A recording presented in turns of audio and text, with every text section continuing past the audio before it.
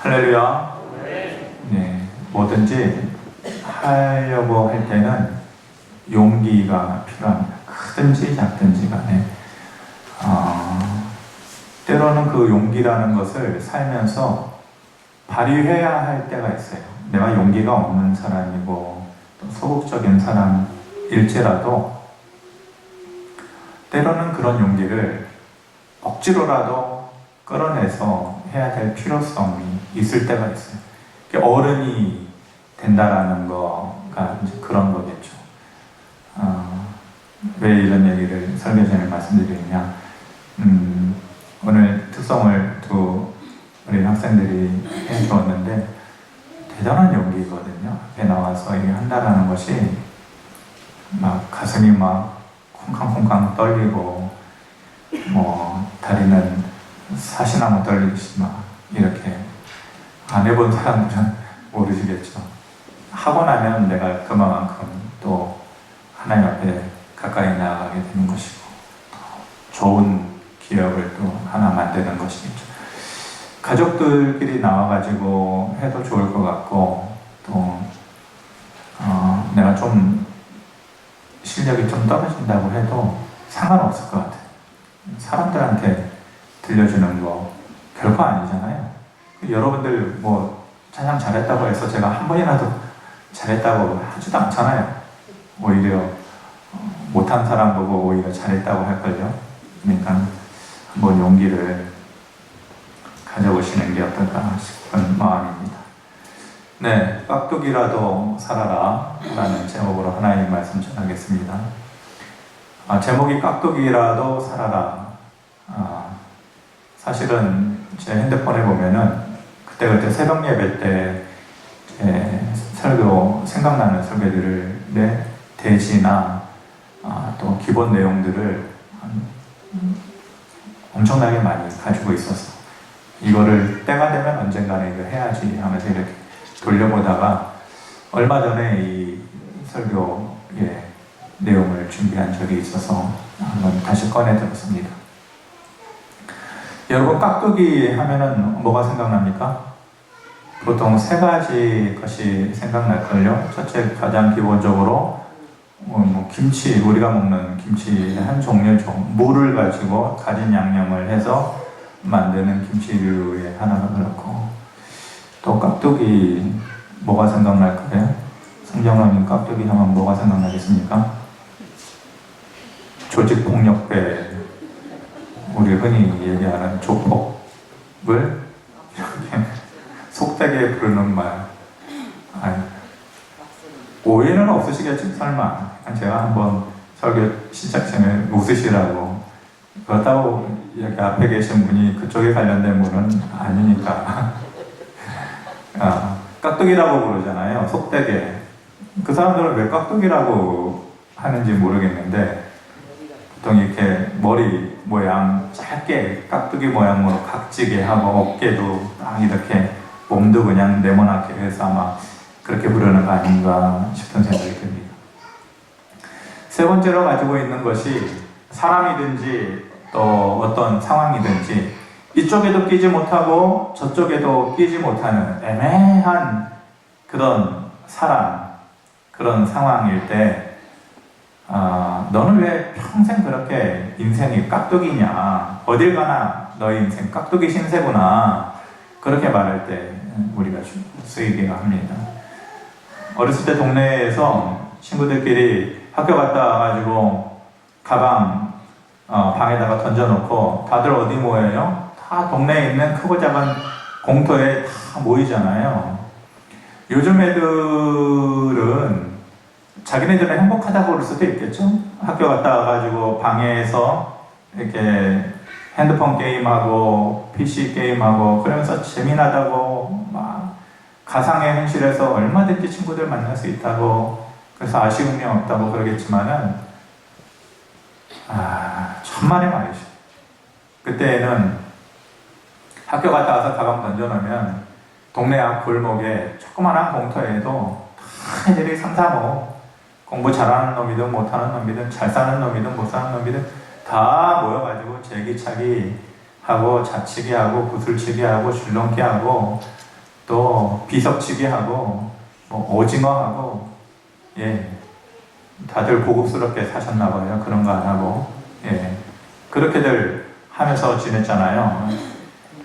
개방된 곳에서 소통의 모습이 있었어요.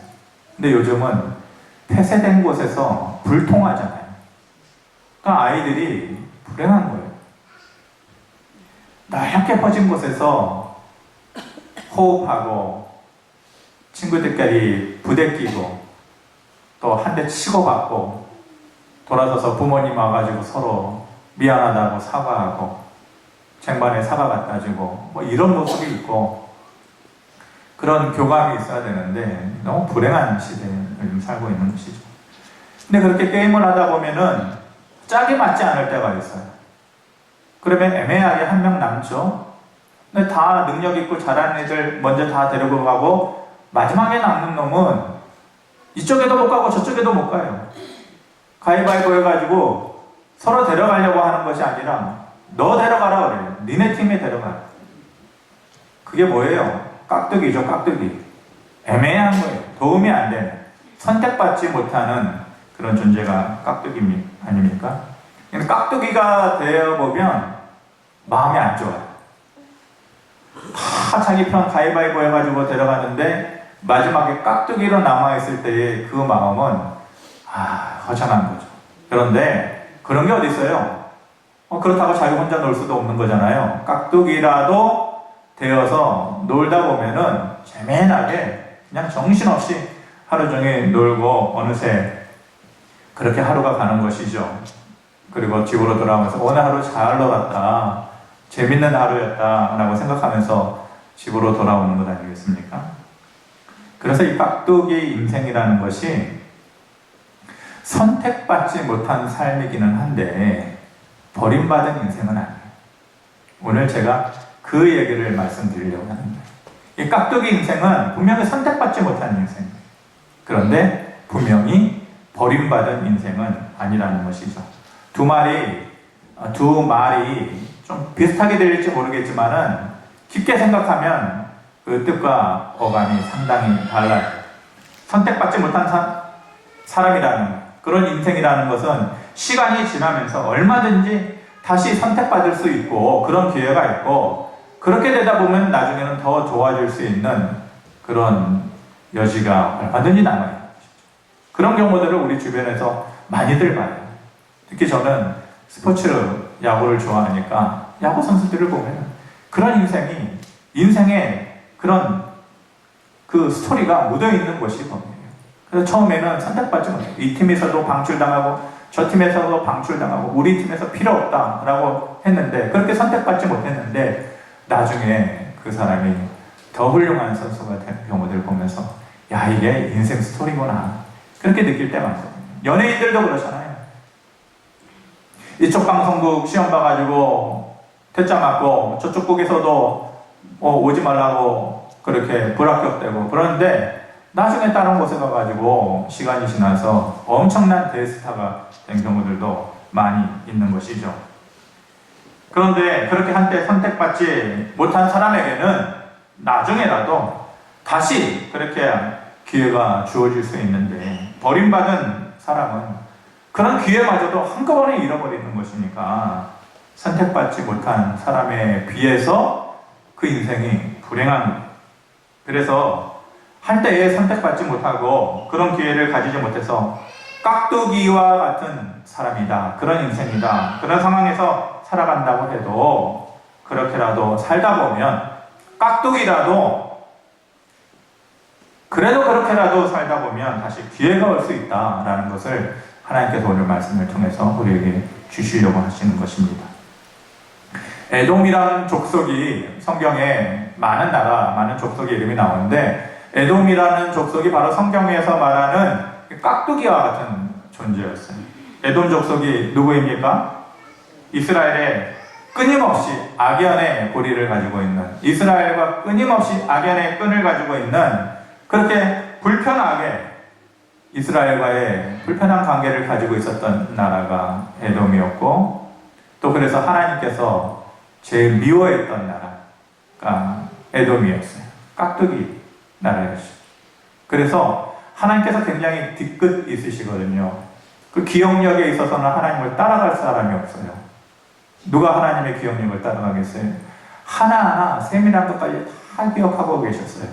그래서 시간이 아무리 지나도 뒤끝이 있어서 내가 너희만큼은 수많은 나라가 있지만 너희만큼은 끝까지 추적해서 내가 너희를 멸망시키겠다라고 아주 뒤끝 장렬한 그렇게 뒤끝을 남긴 나라가 바로 이 에돔이었어요. 왜 그래요? 그 악연의 시작이 언제부터 그런 거예요? 창세기 36장 43절의 말씀 보면 이렇게 말하는데 같이 한번 보겠습니다. 시작. 이들은 그 구역과 거처를 따른 에돔 족장들이며 에돔 족속의 조상은 에서더라. 이렇게 말합니다. 에돔 족속의 조상이 누구라고요? 에서다. 에서가 누구예요?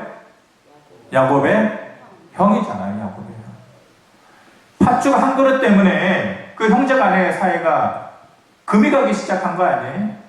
그리고 거짓으로 이 동생 야곱이 장자의 축복을 에서에게서 빼앗아서 자기가 가짐으로 인해서 그 둘 사이의 관계가 그물망처럼 이리 꼬이고 저리 꼬이기 그렇게 시작한 것이잖아요. 그때의 악연이 계속해서 이어지면서 시간이 지나도 그 악연이 지워지지 않는 겁니다. 그리고 후손을 이어가면서 또 다른 악연의 고리를 이어가는 그런 관계가 되어진 것이죠. 잘못은 분명히 야곱이 했는데 하나님께서는요, 하나님의 뜻과 계획 안에서 에서를 선택하지 않고 야곱을 선택하셨어요. 동생이었고 잔머리 쓰기의 대가였던 야곱을 선택하신 거죠. 에서의 입장에서 보면 너무 많은 것을 자기 동생에게 빼앗겠다라는 그런 생각이 들지 않겠습니까? 자기가 형인데 장자의 고난도 허무하게 빼앗겨버리고 결국은 하나님 나라의 그 계보도 계통도 자기에게서 흘러가지 않고 야곱을 통해서 흘러가게 된 그 사실을 보면서 억울한 마음이 왜 안 들겠어요? 그 억울한 마음이 드니까 미워할 수밖에 없는 것이겠죠. 한마디로 에서는 하나님께 선택받지 못한 거예요. 그런데 여기서 중요해요. 어떤 상황에서든지 선택받지 못했다. 나는 선택받지 못한 깍두기와 같은 사람이고 인생이다 라고 생각되는 그 순간, 에서도 그랬겠죠. 근데 그 순간에 다음 반응이 중요한 거예요. 하나님은 분명 에서 대신에 야곱을 선택하셨어요. 그렇다면 에서를 버리신 건가요?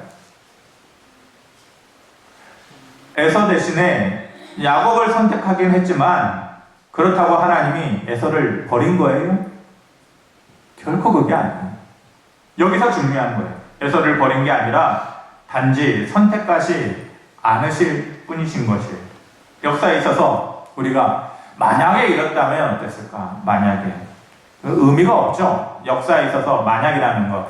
만약에 김구라는 분이 대통령이 되었으면 어땠을까? 만약에 그때에 전쟁이 일어나지 않았으면 어땠을까? 만약에 그때에 그 사람이 대통령이 되지 않았으면 어땠을까? 역사에 있어서 이 만약이라는 질문은 참 무의미한 질문인데, 만약 그렇다 할지라도 만약에 에서와 그 후손들이 그때에 이스라엘에 대한 악한 감정을 남겨두지 않고 가지고 있지 않고 겸손한 마음으로 그래 하나님의 뜻이 있겠지, 다시 하나님 앞에서 선택받을 기회를 기다렸다면 아마도 에돔의 역사는 그렇게 허무하게 끝나지 않았어요. 에돔의 역사는 흔적이 없어요. 바벨론의 역사, 지금 이라크를 통해서 다 볼 수 있잖아요. 바사의 역사, 지금 이란의 땅에서 다 볼 수 있어요. 아람의 역사, 지금 시리아 땅을 통해서 다 볼 수가 있어요. 근데 에돔이라는 나라는 역사의 흔적을 찾아볼 수가 없게끔 하나님께서 철저하게 뒤끝을 가지고 멸망시킨 나라가 이 에돔입니다. 자기들이 왜 그런 거예요? 버림받았다고 생각하는 거예요. 하나님께 버림받았다. 자기들과 이스라엘 사이에는 이런 악연, 끊을 수 없는 악연이 있었기 때문에 절대로 가까워질 수 없다라고 생각했던 것이죠. 그래서 후손을 이어가면서 무슨 일이 있든지 간에 이스라엘의 발목을 붙잡는 그런 안 좋은 사이가 되었고, 아니 하나님께서 이스라엘을 선택하시고 이스라엘을 통해서 역사를 이루어 가시고 그 뜻을 밝혀내려고 하는데 끊임없이 이스라엘의 발목을 붙잡는 그런 존재가 에돔이니까 어떻게 두실 수가 있겠어요? 멸망시키실 수밖에 없는 것이죠. 창세기 36장에 보면 야곱에서 요셉으로 이렇게 성경의 이야기가 흘러가는데 그 중간에 에돔 족속의 족보에 대해서 길게 설명한 내용이 있거든요. 왜 그러죠? 에돔 족속은 에서의 후손이잖아요. 선택받지 못한 사람들이잖아요. 잊혀진 사람들이잖아요. 근데 그렇게 길게 에돔의 족보에 대해서 왜 얘기하고 있는 것일까? 에서의 개인 족보가 나오고 그 후손들의 족보의 내용이 나오고 그 후손들 중에서 왕이 된 사람들의 족보의 내용이 9절부터 43절까지 길게 나와요. 그리고 에서가 그들의 조상이었다라고 2번씩 반복해서 확인을 시켜주고 있는 것이죠. 성경은 그렇게 간단한 책이 아니에요. 성경은 참 기록할 것이 많은 책이에요. 우리가 며칠 전에 새벽에 다니엘서를 마쳤는데, 다니엘의 환상을 통해서 앞으로 되어질, 다니엘이 BC 600년경의 사람인데 앞으로 되어질 1000년의 역사를 하나님께서 큰 지혜를 주셔서 다니엘에게 보여주시거든요. 바벨론이라는 나라가 바사, 페르시아잖아요. 지금의 이란에 의해서 멸망하게 될 것이고, 그 페르시아는 누구에 의해서 멸망하여? 알렉산더 대왕의 헬라 제국에 의해서 멸망하게 될 것이고, 그 그리스 제국은 얼마 가지 않아서 다시 로마 제국에 의해서 멸망하게 될 것이다라는 큰 세계 흐름의, 역사의 흐름에 대해서 하나님께서 파노라마 보여주듯이 다니엘에게 보여주시는 것이죠. 근데 그 다니엘의 끝 무렵에 가장 많이 설명하는 것 중에 하나가 뭐냐면은 남왕국과 북왕국 간의 그 전쟁의 역사예요. 그게 뭐냐면은 헬라라는 나라가 일어나고 나서 알렉산더 대왕이 큰 제국을 이루는데 33살의 나이에 자기의 꿈을 펼쳐보지도 못하고 요절하거든요. 그냥 허무하게 죽어버려요. 그리고 나서 4개의 왕조로 나눠지는데 2개의 왕조는 처음부터 힘이 없었고 나머지 2개가 남는데 그 중에 하나가 애국을 기반으로 하는 프톨레미 왕조하고 이스라엘 북부 시리아를 기반으로 하는 셀루코스 왕조로 나눠져요. 그것을 기록하는 것이 다니엘의 남왕국과 북왕국이에요. 그러니까 이 구약이 끝나는 시점에서 신약으로 이어주는 그 중간의 역사라는 것이 무궁무진해요. 얼마나 많은 이야기를 거기에 써 내려가야 되겠어요.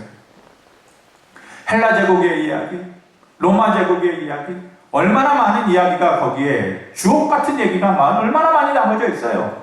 그렇게 말라기에서 마태복음 1장으로 넘어가는 그 사이, 그 중간의 역사를 가득가득 채워놓는다면, 있는 사실 그대로 채워놓는다면, 이 성경의 말씀이라는 것이 세상에 무지한 사람들이 얘기하는 것처럼 자기들끼리 주장하는 그냥 동떨어진 역사가 아니라 세계사의 역사 가운데에서 하나의 주옥처럼 빛나는 실존했던 역사라는 것이 자연스럽게 드러나고 자연스럽게 보여지는 것이잖아요.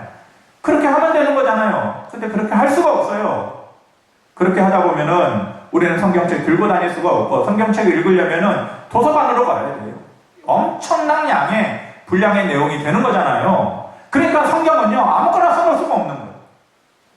정제되고 거르고 소중하고 그 말씀만 딱 기록할 수밖에 없는 거예요. 그런데 그 소중한 자리, 그 부족한 자리에 왜 잊혀지고 깍두기와 같고 선택받지 못한 에돔 족속의 그 족보가 그렇게 길게 써있고 남아있게 되냐 이 말이에요. 그게 거기에 바로 하나님의 마음이 있는 거예요. 그거를 볼 줄 알고 그거를 느낄 줄 알아야 돼요. 거기에 하나님 아버지의 마음이 있는 거죠. 선택하지 않았지만 버리지 않았다는 거. 내가 내 계획 안에서 네 동생 야곱을 선택하였지만 그렇다고 너를 버린 게 아니다. 여전히 하나님의 마음 한구석에 남아있는 존재라는 거, 너희는 내 마음 한구석에 남아있는 존재야. 때가 되면 내가 너희들도 내가 다시 붙잡고 일으켜 줄 거다. 그런 하나님의 마음이 거기에 묻어 있는 거예요. 아버지의 마음이 거기에 묻어 있는 거예요. 그거를 모르고 있는 거예요. 한번 선택받지 못했다라는 그 아쉬움이 너무 큰 거예요. 우리가 신앙생활하면서도 마찬가지예요. 지금 당장 해달라고, 지금 나를 선택해달라고, 지금 나를 높여달라고, 지금 나를 고쳐달라고. 근데 지금 모든 것이 내가 원하는 그 시점에 선택받아지고 해결되어지는 게 아니거든요. 하나님의 뜻과 계획은 그 정한 시기는 따로 있는 거죠. 그런데 그 선택받지 못한 아쉬움이 실망이 되어지고, 그 실망이 커지다 보면 미움이 되어지고, 그 미움이 커지다 보면 불신이 되어지고, 그래서 결국은 망하는 길을 걸어가는 것이 인간의 무지함인 것 아니겠습니까? 모든 선지서들이요, 다 동일하게 심판과 회복을 얘기하고 있어요. 반대의 내용이잖아요. 그 북이스라엘의 사람, 남유다의 사람들의 모습만 보면은 하나님께서 선지자를 통해서 하실 말씀은 한 가지뿐이에요. 너희의 모습이 그러니까 내가 너희를 심판할 수밖에 없다. 이 얘기를 해야 되잖아요. 그런데 그렇게 끝내지 않는다니까요. 모든 선지자가 동시에 같은 얘기를 해요. 내가 너희를 심판해야겠지만은 그렇게 끝내지 않겠다. 너희가 너희의 모습을 돌아보고 돌아오기만 하면은 내가 다시 너희를 회복시켜 주겠다라고 마지막까지 기회를 꼭 주시는 분이 하나님이셔요. 그래서 아버지신 거예요. 아모스도 그런 하나님의 마음을 전하고 있는 것이죠. 11절에 그날에 내가 다윗의 무너진 장막을 일으키고 그것들의 틈을 막으며 그 허물어진 것을 일으켜서 옛적과 같이 세우겠다라고 말씀하시는, 쓰러져가는 북이스라엘 사람들이에요. 북이스라엘이라는 나라, 한 명의 왕도 제대로 19명 중에 한 명의 왕도 제대로 하나님 섬기는 사람이 없었어요. 망할 수밖에 없는 것이에요. 그런데 그들을 향해서 무너진 장막을 내가 다시 일으켜 주고 옛적과 같이 너희를 다시 세워주시겠다, 이렇게 말합니다. 당연히 아버지의 마음이니까, 하나님께서 약속하신 것이니까 심판 후에 회복을 주시겠다라고 이미 모든 선지자들 통해 말씀하시니까 이해가 되는 말이에요. 아, 당연하지. 하나님께서 그렇게 말씀하셨으니까 맞는 말이지. 그런데 이상한 것은요, 12절의 내용이에요. 이해가 되지 않는 거. 그거는 알겠는데, 아버지니까 미워도 다시 이렇게 세워주시겠는 것은 알겠는데, 12절에 그들이 에돔의 남은 자와 내 이름으로 일컫는 만국을 기업으로 얻게 하리라. 이 일을 행하시는 여호와의 말씀이다. 이렇게 얘기하고 있어요. 누구를 구원하신다고 해요? 에돔의 남은 자들을 다시 내 백성으로 받아들이시겠다라고 하시는 거예요. 에돔이 누구예요? 선택받지 못한 자잖아요. 깍두기잖아요. 버림받았다고 생각하는 그들인데, 그들 가운데에서 남은 자들을 다시금 하나님의 울타리, 은혜의 울타리 안으로 내가 너희를 받아들이겠다라고 얘기하시는 것이고, 남은 자가 어떤 자들입니까?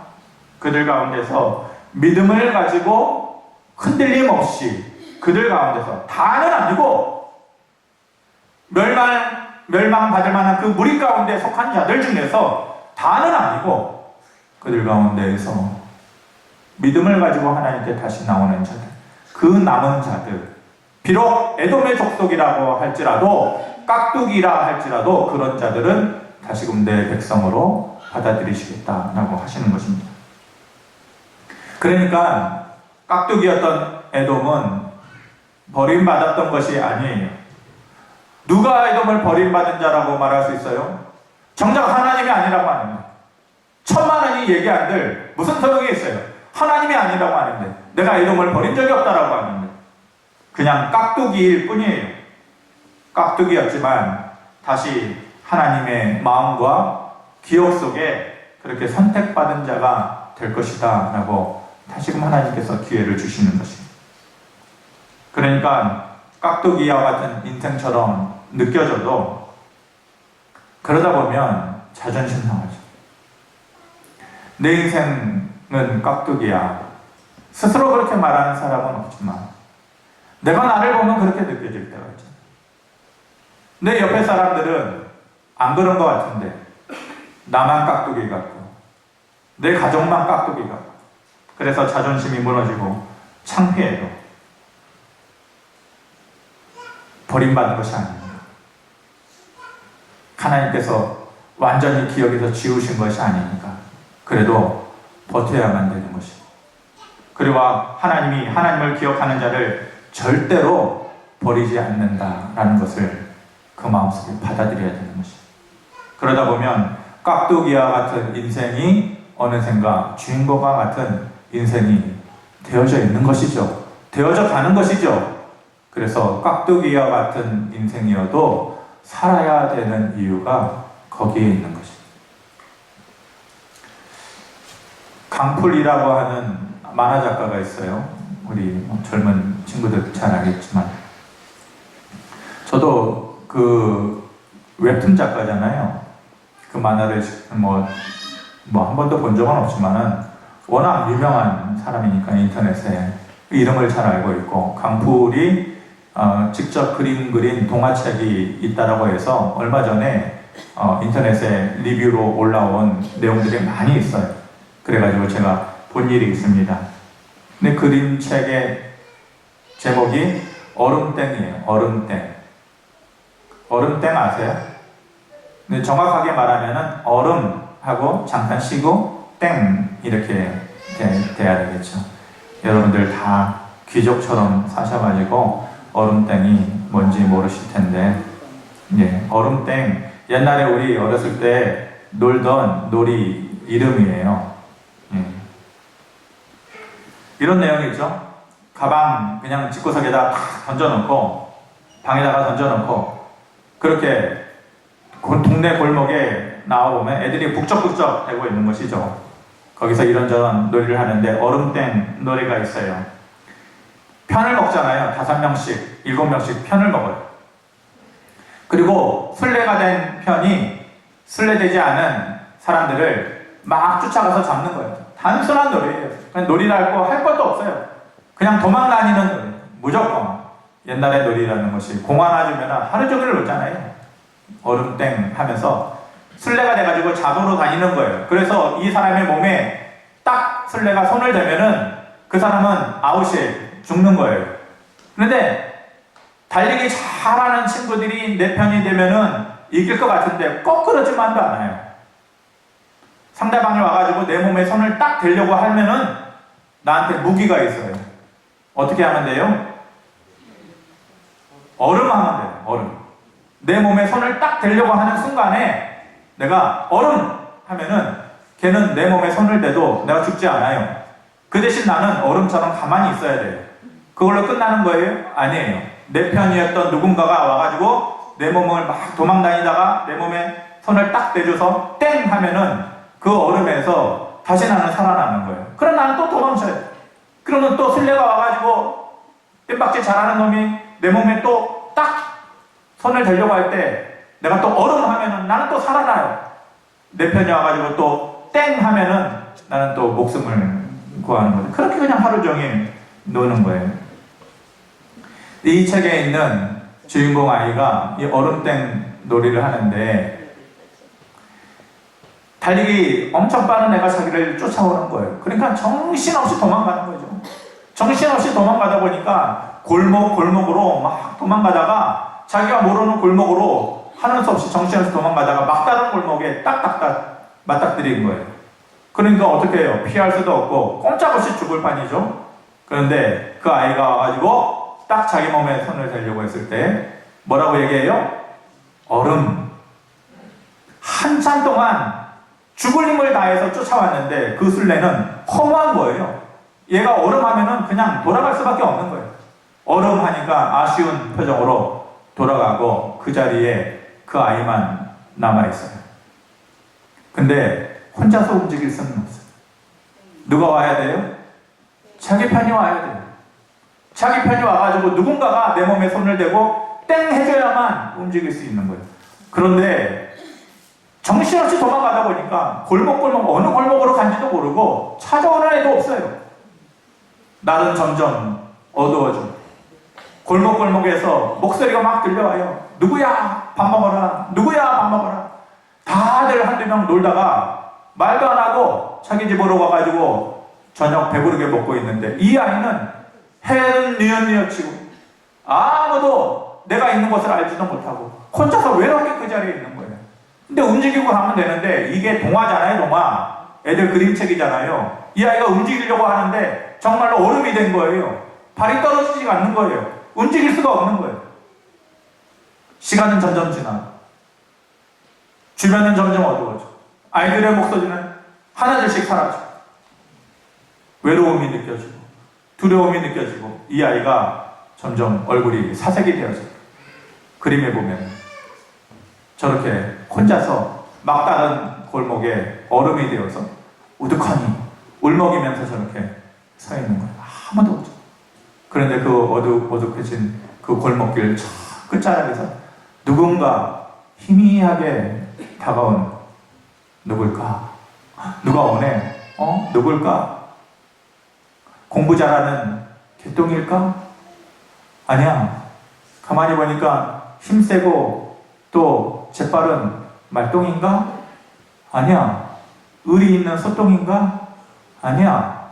가까이에 와서 그 얼굴을 보니까 누구냐? 아까 전에 처음에 게임할 때 야야! 니네 팀 가져, 니네 팀. 필요 없어. 얘는 우리 팀 안 줘도 돼. 니네 팀이나 가져. 우리도 필요 없어. 그렇게 이리 떠밀고 저리 떠밀었던 깍두기였던 그 아이가 희미하게 이 아이 앞에 다가와서 이런 말을 해요. 땀을 벌벌 흘리면서 한참이나 찾았어. 이곳까지 언제 도망왔대? 어딘지 몰라가지고 얼마나 찾았는지 몰라. 그런데 그 말을 듣고 있는 이 아이가 왈칵 눈에서 눈물이 쏟아지는 거죠. 옆에 그림을 보니까 마지막으로 그 아이가 한마디를 딱 해요. 땡.